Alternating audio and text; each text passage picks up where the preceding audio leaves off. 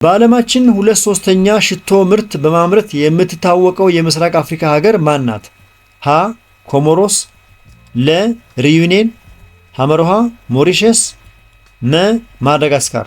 ጤና ይስጥልን። ይህ የ6ኛ ክፍል አካባቢ ሳይንስ ሞዴል ፈተና ክፍል 2 ከጥያቄ ቁጥር 21 እስከ 40 ያለው ነው። እንቀጥል። ጥያቄ ቁጥር 21 ከሚከተሉት ውስጥ ለአፈር መሸርሸር እንደ ምክንያትነት የማይቆጠረው የቱ ነው? ሀ የአፈሩ አይነት፣ ለ የእጽዋት ሽፋን መጨመር፣ ሐመርሃ የመሬቱ አቀማመጥ፣ መ ቁልቁል ማረስ።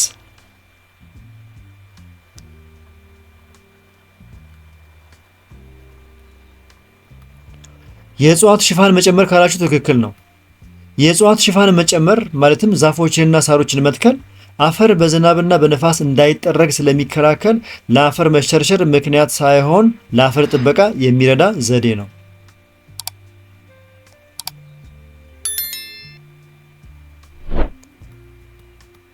ጥያቄ ቁጥር 22 የጠፉ ዛፎችን በመትከል ደኖች እንዲሆኑ የምናደርግበት ዘዴ የትኛው ነው? ሀ ድነና፣ ለ ዳግም ድነና፣ ሐመርሃ ጣምራ የደን እርሻ፣ መ የእርከን ስራ።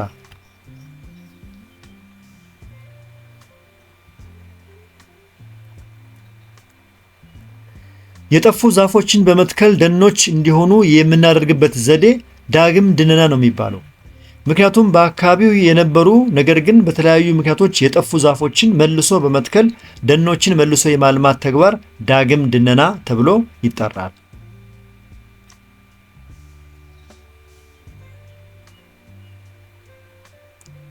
እንቀጥል።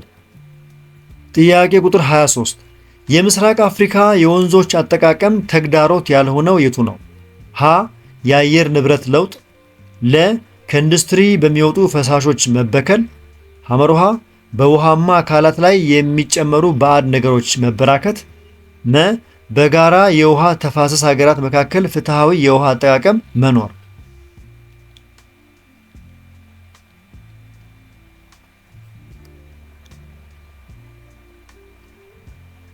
የምስራቅ አፍሪካ የወንዞች አጠቃቀም ተግዳሮት ያልሆነው በጋራ የውሃ ተፋሰስ ሀገራት መካከል ፍትሃዊ የውሃ አጠቃቀም መኖር የሚለው ነው ያልሆነው።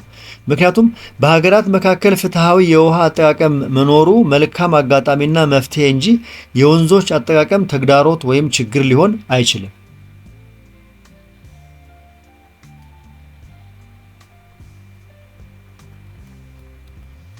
ሀያ አራተኛ ጥያቄ በምስራቅ አፍሪካ ለደን ሀብት መመናመን ምክንያት ያልሆነው የቱ ነው? ሀ የከተሞች መስፋፋት፣ ለ ሰደድ እሳት፣ ሐመርሃ ጣምራ የደን እርሻ፣ መ የህዝብ ቁጥር መጨመር።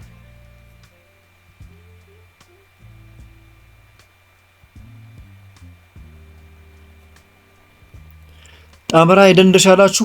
ትክክል ነው። ምክንያቱም ጣምራ የደን እርሻ ማለት በግብርና መሬት ላይ ሰብሎችንና ዛፎችን አብሮ የማልማት ዘዴ ሲሆን ይህ ደግሞ ደንን ለመንከባከብና ለመጠበቅ የሚረዳ ዘዴ እንጂ ደንን የሚያመናምን አይደለም።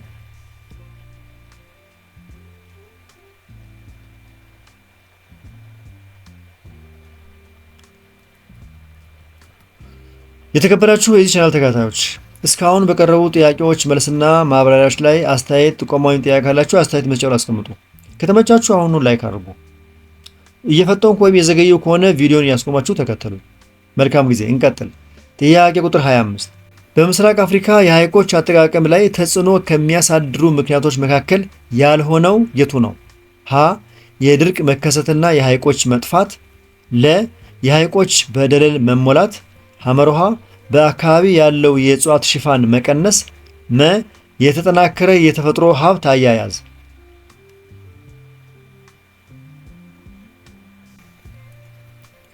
የተጠናከረ የተፈጥሮ ሀብት አያያዝ ካላችሁ ትክክል ነው። የተፈጥሮ ሀብትን በተጠናከረ ሁኔታ በጥንቃቄ መያዝና መጠበቅ የሐይቆችን ደህንነት የሚያረጋግጥ በጎ ተግባር እንጂ በሐይቆች አጠቃቀም ላይ አሉታዊ ተጽዕኖ የሚያሳድር ችግር አይደለም።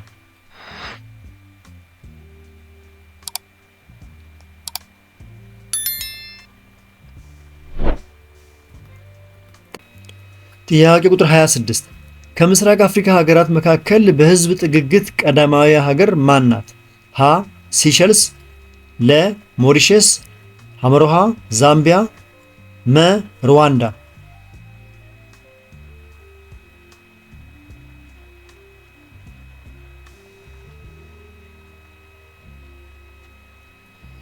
ከምስራቅ አፍሪካ ሀገራት መካከል በህዝብ ጥግግት ቀዳማዊያ ሀገር ሩዋንዳ ናት። ሩዋንዳ በርካታ ህዝብ የሚኖርባት በመሆኑ በምስራቅ አፍሪካ ከፍተኛው የህዝብ ጥግግት የሚገኝባት ቀዳማዊያ ሀገር ናት።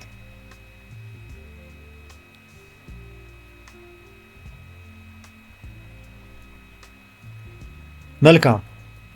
ጥያቄ ቁጥር 27 እንደ አውሮፓውያን አቆጣጠር የ2021 ዓመተ ምህረት ግምት መሰረት በምስራቅ አፍሪካ ካሉ 18 ሀገራት መካከል በህዝብ ብዛት ቀዳማዊያ ማን ናት? ሀ ሶማሊያ፣ ለ ሞዛምቢክ፣ ሐመርሃ ኢትዮጵያ፣ መ ኬንያ።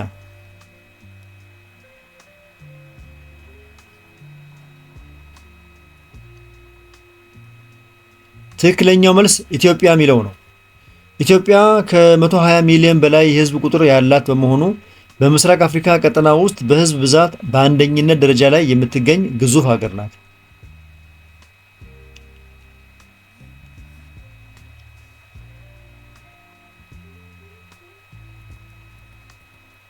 ጥያቄ ቁጥር 28 ከሚከተሉት ውስጥ ስለ ኑቢያና አክሱም ስልጣኔ በትክክል የሚገልጸው ሐሳብ የቱ ነው? ሀ ጥንታዊ አክሱማውያን በብረት ማንጠር ሥራ ይታወቁ ነበር። ለ ጤፍና ስንዴ በጥንታዊ ኑቢያ በቀዳሚነት የሚመረቱ እህሎች ነበሩ። ሐመርሃ የአክሱም ምጣኔ ሀብት በግብርናና በንግድ ላይ የተመሰረተ ነበር። መ የቤጃ አርብቶ አደሮች ተቃውሞ ለኑቢያ ስልጣኔ መውደቅ ምክንያት ነበር።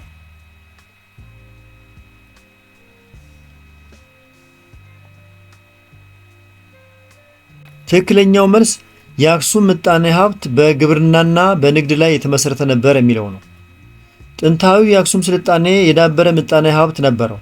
ይህም በዋናነት በአገር ውስጥ ግብርና እና በአዱሊስ ወደብ አማካይነት በሚካሄደው ዓለም አቀፍ የባህር ላይ ንግድ ላይ የተመሰረተ ነበረ።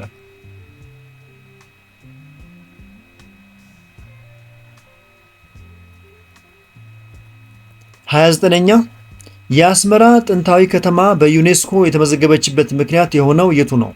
ሀ የኢጣሊያን ቅኝ ግዛት ስር ስለነበረች፣ ለ የበርካታ ሕዝብ መኖሪያ ስለሆነች፣ ሐመሮሃ የምትገኝበት ከፍታ ከባህር ጠለል በላይ 2000 ሜትር ስለሆነ፣ መ የዕድሜ ጠገብ ሕንፃዎች ባለቤት ስለሆነች።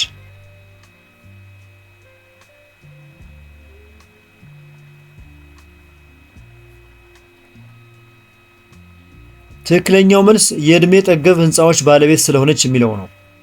አስመራ ከተማ በ20ኛው ክፍለ ዘመን መጀመሪያ ላይ የተገነቡ በርካታ ታሪካዊና ውብ ዘመናዊ የሥነ ሕንፃ ጥበብ ውጤቶች ያሏት በመሆኑ በዓለም ቅርስነት በዩኔስኮ ተመዝግባለች።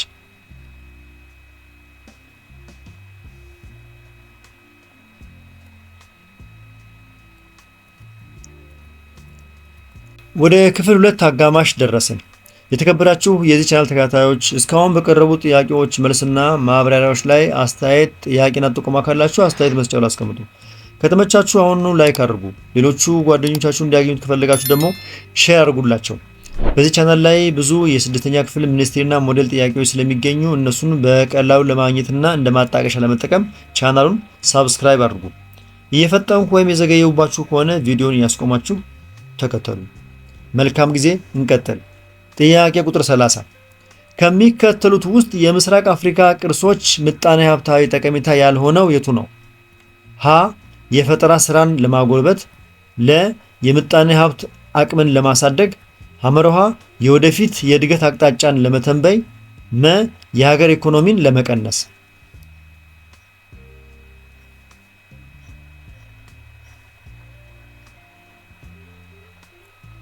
ትክክለኛው መልስ የሀገር ኢኮኖሚን ለመቀነስ የሚለው ነው። ቅርሶች የቱሪስት መስህብ በመሆን የሀገርን ገቢና ኢኮኖሚ የሚያሳድጉ በመሆናቸው የሀገር ኢኮኖሚን ለመቀነስ የሚለው ሐሳብ የተሳሳተና ጠቀሜታ የማይገልጽ ምርጫ ነው።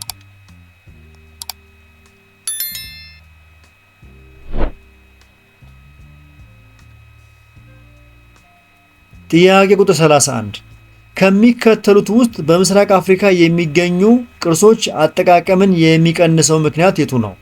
ሀ ብቁና የሰለጠኑ አስጎብኚዎች ማብዛት፣ ለ ለተፈጥሮና ሰው ሰራሽ አደጋዎች መጋለጥ፣ ሐመርሃ በቂ የሆነ እንክብካቤ መኖር፣ መ ከእንስሳትና ሰው ንክኪ ነፃ መሆን።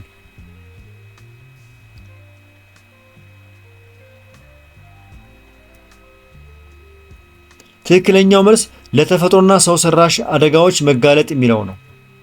ታሪካዊና ባህላዊ ቅርሶች ለተፈጥሮ አደጋዎች ማለትም እንደ ጎርፍና የመሬት መንቀጥቀጥ ወይም ለሰው ሰራሽ አደጋዎች ማለትም እንደ ጦርነትና ውድመት ሲጋለጡ ይፈርሳሉ። ይህም ጥቅማቸውንና ሕልውናቸውን ይቀንሳል።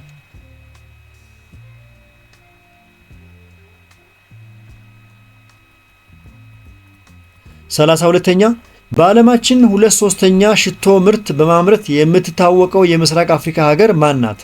ሀ ኮሞሮስ፣ ለ ሪዩኔን፣ ሐመርሃ ሞሪሸስ፣ መ ማዳጋስካር።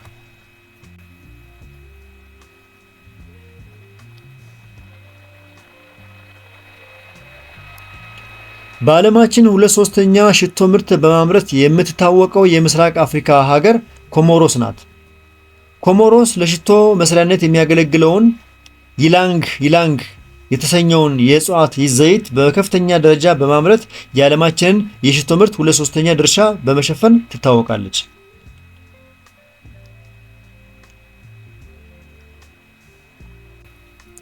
33ኛ ከሚከተሉት ውስጥ በምስራቅ አፍሪካ የቱሪዝም ጠቀሜታ ያልሆነው የቱ ነው? ሀ አካባቢያዊ የሆኑ የዕደ ጥበብ ስራዎችን ያበረታታል። ለ የመንግስትን ገቢ ይጨምራል። ሐመርሃ የሥራ አጥ ቁጥርን ይጨምራል።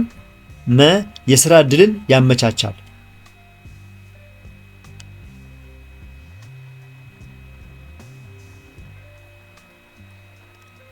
ትክክለኛው መልስ የሥራ አጥ ቁጥርን ይጨምራል የሚለው ነው።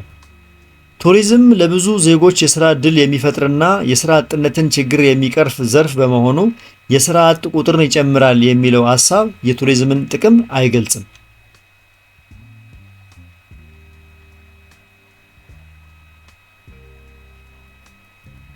እንቀጥል።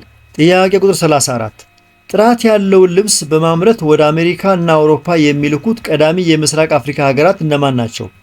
ሀ ሩዋንዳ እና ታንዛኒያ፣ ለ ኬንያ እና ማዳጋስካር፣ ሐመርሃ ዛምቢያ እና ለሴቶ፣ መ ኢትዮጵያ እና ኤርትራ።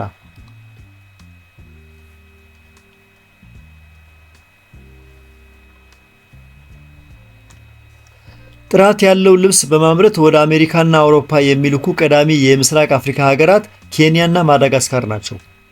ኬንያና ማዳጋስካር የጨርቃጨርቅና አልባሳት ኢንዱስትሪያቸው የዳበረ በመሆኑ ጥራት ያላቸውን ልብሶች በስፋት በማምረት ወደ አሜሪካ እና ወደ አውሮፓ ገበያ በከፍተኛ ደረጃ ይልካሉ።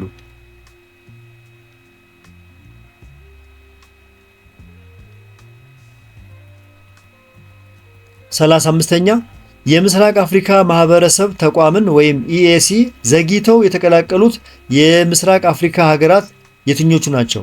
ሀ ሩዋንዳ እና ቡሩንዲ፣ ለ ኬንያ እና ታንዛኒያ፣ ሐመርሃ ዩጋንዳ እና ሩዋንዳ፣ መ ኬንያ እና ቡሩንዲ።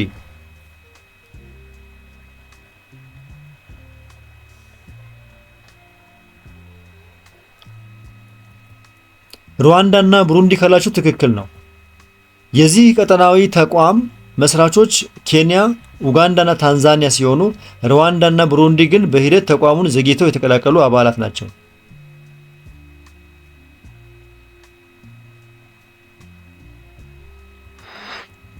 ጥያቄ ቁጥር 36 አንድ ሀገር ከሌሎች ሀገሮች ጋር ወይም አንድ አህጉር ከሌላ አህጉር ጋር የሚያደርጉት የንግድ እንቅስቃሴ የሆነው የቱ ነው? ሀ የውስጥ ንግድ፣ ለ የጅምላ ንግድ፣ ሐመርሃ የውጭ ንግድ፣ መ የኮንትሮባንድ ንግድ።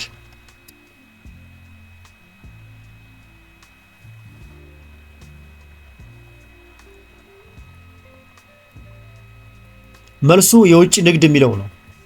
በተለያዩ ሉዓላዊ ሀገራት ወይም አህጉራት መካከል የሚደረግ የሸቀጦችና አገልግሎቶች ልውውጥ የውጭ ንግድ በመባል ይታወቃል።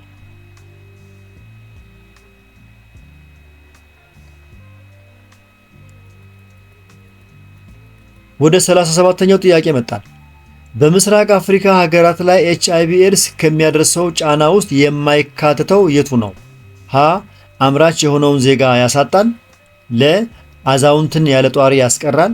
ሐመሮሃ የሀገር ኢኮኖሚን ያዳክማል። መ የዕድሜ ጣሪያን ከፍ ያደርጋል።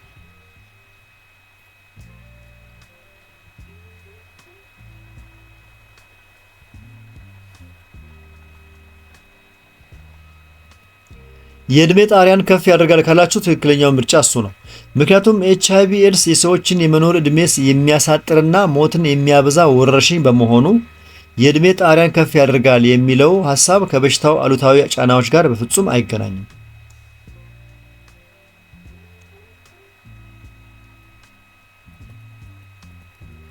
38ኛ በአልኮል መጠጦች ውስጥ የሚገኝ ውሁድ ኬሚካል ምን ተብሎ ይጠራል?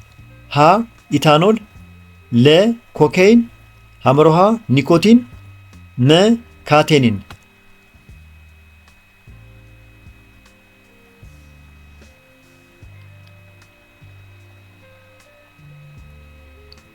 መልሱ ኢታኖል ነው። በማንኛውም የአልኮል መጠጥ ማለትም ቢራ፣ ወይን፣ ጠጅ፣ አረቄ ውስጥ ሰዎች እንዲሰክሩ የሚያደርገው ዋናውና መሰረታዊው የኬሚካል ውህድ ኢታኖል ይባላል።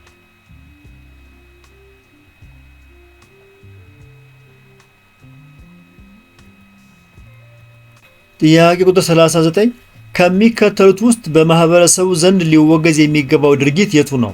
ሀ ጋብቻ፣ ለ የሴት ልጅ ግርዛት፣ ሐመሮሃ የወንድ ልጅ ግርዛት፣ መ ታላላቅ ሰዎችን ማክበር።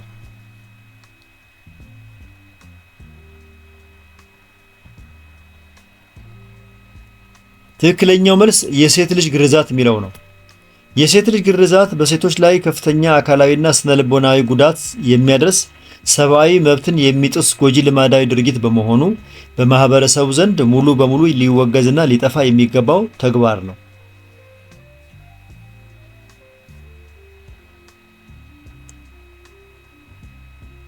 ወደ አካባቢ ሳይንስ የመጨረሻው ጥያቄ ስንሄድ ጥያቄ ቁጥር 40 እንዲህ ይላል።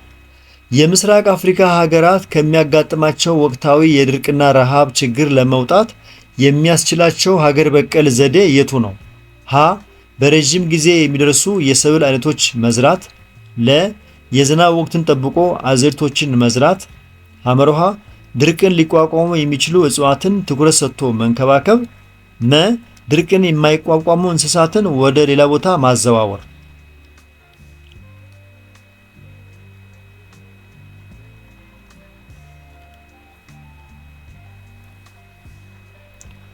የመጨረሻው ጥያቄ ትክክለኛው መልስ ድርቅን ሊቋቋሙ የሚችሉ እጽዋትን ትኩረት ሰጥቶ መንከባከብ የሚለው ነው።